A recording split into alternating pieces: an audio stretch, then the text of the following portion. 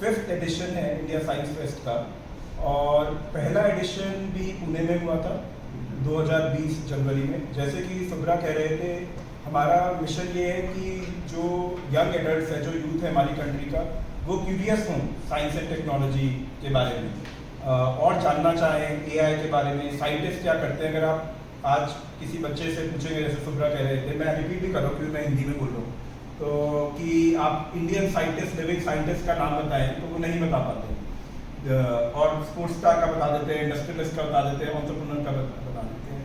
तो ये प्रयास है कि हम साइंटिस्ट को और जो हमारा यूथ है उनको आमने सामने ला सके, उन्हें पता तो चले साइंटिस्ट कौन है और साइंस से क्या क्या हो सकता है। और क्योंकि इतना प्रोग्रेस हो रहा है साइंस में, एआई में, स्पेस में, न्यूरो साइंस में, उस सब का हम चाहते हैं कि एक्सपोजर मिले, और अगर हम जो क्यूरियोसिटी उनमें स्पार्क कर देंगे तो वो खुद इस रास्ते पे आगे बढ़ जाएंगे। तो ये मिशन है इंडिया साइंस फेस्ट का, और साइंटिस्ट पूरी दुनिया से आए हैं इसके लिए। MIT से आए हैं USA में, UK से आए हैं न्यूरो साइंस के Ramnani, we will share the brochure जिसमें सबके नाम है। टोक्यो से आए हैं जो आर्टिफिशियल लाइफ पे काम करते हैं। ऑस्ट्रेलिया से 2 साइंटिस्ट आए हैं, एक न्यूरो साइंटिस्ट है, एक साइंस पॉलिसी के एक्सपर्ट है। तो एक तो बाहर साइंस फेस्टिवल चल रहा है जिसमें सारे यंग एडल्ट्स आ रहे हैं और साइंटिस्ट को सुन रहे हैं, उनसे बातें कर रहे हैं, बहुत अच्छा क्वेश्चन आंसर चल रहा है। पर इसके साथ साथ ही पॉलिसी राउंड टेबल्स भी चल रही हैं, क्योंकि जैसे कि सुब्रा कह रहे थे, फास्ट का मिशन ये है कि इंडिया R&D में आगे बढ़े।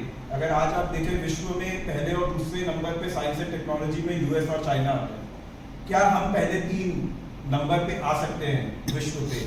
इस पे चर्चा करने के लिए 3 दिन राउंड टेबल्स चल रही हैं, जिसमें सरकार के भी लोग इन्वॉल्व हैं, साइंटिस्ट इन्वॉल्व हैं, इंडस्ट्री के लोग इन्वॉल्व हैं, और पॉलिसी के बारे में जो सोचते हैं वो लोग इन्वॉल्व हैं। इस वाले जो एडिशन है, इसमें हमने कुछ नई चीज़ें करी हैं जो मैं सोचा आपके साथ शेयर करूं। आज एक बहुत इंटरेस्टिंग परफॉर्मेंस हो रहा है जो साइंस थिएटर का परफॉर्मेंस है। तो केवल साइंस को हम टॉक्स के थ्रू और पैनल्स के थ्रू ना बताएं, हम और किन क्रिएटिव चीज़ों के थ्रू बता सकते हैं, उस पर हम सोच रहे हैं। तो TFIR से एक ग्रुप है जो एक साइंस थिएटर करेगा, जिसमें वो बताएंगे कि आजकल एंटीबायोटिक्स का बहुत ओवर यूज होता है, तो उसके ऊपर ये थिएटर है, पर एक स्टोरी के माध्यम से और एक्टिंग के माध्यम से वो लोगों को समझाएंगे। एक वाटर शो हो रहा है जहाँ पानी से अलग अलग प्रदर्शन करके बताने की कोशिश कर रहे हैं, साइंटिफिक कॉन्सेप्ट्स बताने की कोशिश करें कि किसी भी तरह वो मैसेज पहुंचे कि जो भी हम आसपास के अपने जीवन में देखते हैं उसके पीछे साइंस कैसे छुपी हुई है। तो ये प्रयास है। एक डिबेट हो रहा है इंडिया साइंस फेस्ट में कि AI भारत के लिए अच्छा है या बुरा है। डिबेट एक बहाना है, पर हम इस टॉपिक में एंगेज करना चाहते हैं क्योंकि वो सोचे, तो उसको गेमिफाई कर दिया है। गेमिफाइड वे में ये डिबेट हो रहा है, और उसमें एक पोल शुरू में होगा डिबेट के कि आप क्या सोचते हैं, कितने % लोग सोचते हैं कि वो इंडिया के लिए अच्छा है, कितने लोग सोचते हैं वो बुरा है। फिर आखिरी में होगा, और देखेंगे कि डिबेट से कैसे जो दोनों तरफ के प्रत्याशियों ने अपना व्यू रखा तो कैसे वो चेंज हो गया। तो ये एक और चीज़ हम कर रहे हैं। हमने फास्ट इंडिया ने एक बुक फेलोशिप निकाली थी जिसका नाम है इंडिया साइंस बुक फेलोशिप। वो इस सोच से निकाली थी कि अगर आप देखें, विश्व में बहुत सारी पब्लिक साइंस किताबें लिखी जाती है, जैसे brief history of time Stephen Hawkings ने लिखी थी, जो कई लोगों ने पढ़ी होगी। कैंसर के ऊपर किताब है जो लिखी गई है, बहुत चीज़ों पर लिखी गई है। पर अगर आप देखेंगे कि इंडिया से क्या पब्लिक साइंस बुक्स निकल के आती हैं, क्या इंडियन साइंटिस्ट और जर्नलिस्ट पब्लिक साइंस बुक्स लिख रहे हैं, तो बहुत ही कम ऐसी किताबें हैं। तो हमने एक फेलोशिप निकाली लास्ट ईयर, जिसमें हमने 5 लोगों को चुना और उनको हम 10 लाख रुपए दे रहे हैं साइंस पे बुक लिखने के लिए। सबने हमें डिटेल प्रपोजल दिए थे और बड़े इंटरेस्टिंग प्रपोजल्स हैं। 2 मैं आपको बताता हूँ। एक IIT दिल्ली के प्रोफेसर है जो एक साइंस कम्युनिकेटर के साथ किताब लिख रहे हैं कि क्वांटम फिजिक्स को क्रिकेट से कैसे समझाया जाए। तो जो अगर वही बात है, अगर ये किताब USA में लिखी जाती तो शायद वो बेसबॉल से समझाते और हमारे लोगों तक नहीं पहुंच पाती, पर क्योंकि वो इंडिया में लिखी जा रही है तो वो क्रिकेट से समझाई जा रही है। एक और प्रोफेसर है IIIT के, वो कंप्यूटेशनल फूड पे किताब लिख रहे हैं। हम जो खाना खाते हैं उसको डेटा साइंस से कैसे देखा जाए, कि उसमें कितनी चीज़ कितनी डाली जाएगी तो उससे क्या बन के आएगा। प्लीज ज्वाइन कीजिए।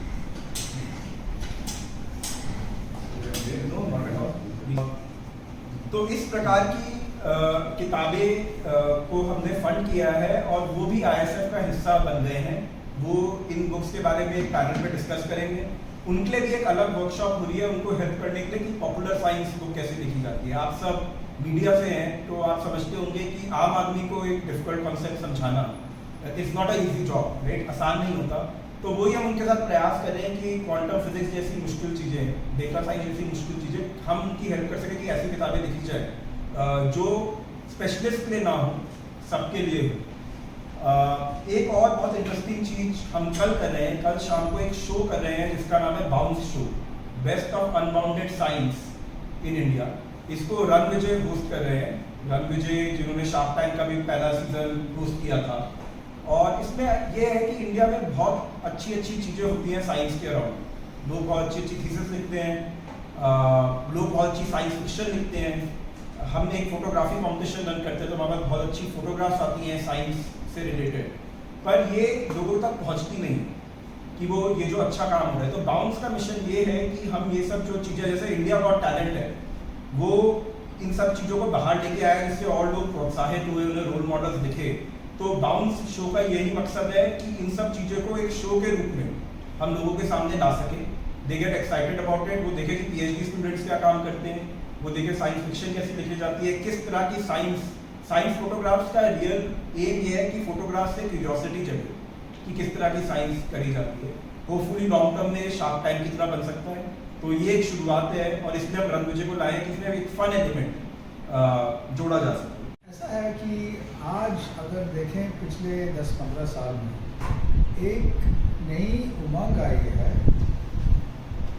हमारे इंडस्ट्री में जो सक्सेसफुल हुए उनकी फिलैंथ्रोपी से सोसाइटी और साइंस को कैसे कनेक्ट करना और देश को कैसे आगे बढ़ना सिर्फ सरकार की काम नहीं है, पढ़ाना सिखाना लैब चलाना, लेकिन हम सब की काम है। और इसको फैसिलिटेट करने के लिए, ये मशीनरी को चलाने के लिए ये फिलैंथ्रोपी आई है बड़ी ज़बरदस्त तरह से सारी देश में। और वरुण अग्रवाल जो है और आशीष धवन है, तो ये ऑर्गेनाइजेशन शुरू किया है इसको करने के लिए। इससे साइंस और टेक्नोलॉजी की उम्मीद जो है, क्या किया जा सकता है, क्या क्यूरियोसिटी से क्या किया जा सकता है, क्या देश की भलाई के लिए क्या किया जा सकता है, उसकी जानकारी हमारे युवा लोगों को पहुंचाती है। एक बात हमें हमेशा याद रखनी चाहिए कि आज के हिंदुस्तान में 10, 15, 16 साल के लोग और 25 साल के लोग के बीच अगर लें तो करीब 250 मिलियन लोग हैं। तो वो कम आबादी नहीं है। और ये लोग जो है जो 16 साल के उम्र के हैं आज, अगले साल 17 साल बन जाएंगे, उसके बाद 18 साल के बन जाएंगे।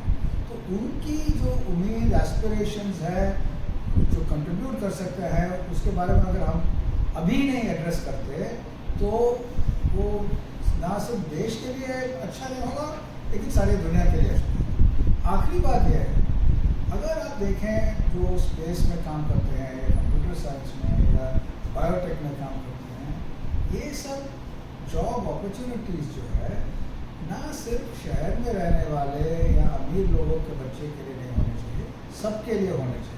तो उसकी पहचान की क्या क्या किया जा सकता है पढ़ने से, सीखने से, क्या ना साधारण नौकरी भी हमें करनी चाहिए, लेकिन असाधारण अपॉर्चुनिटी भी है और हर एक हिंदुस्तानी के बच्चे को वो अपॉर्चुनिटीज़ दिखाई देना चाहिए। तो ऐसे फेस्टिवल से वो भी दिखाई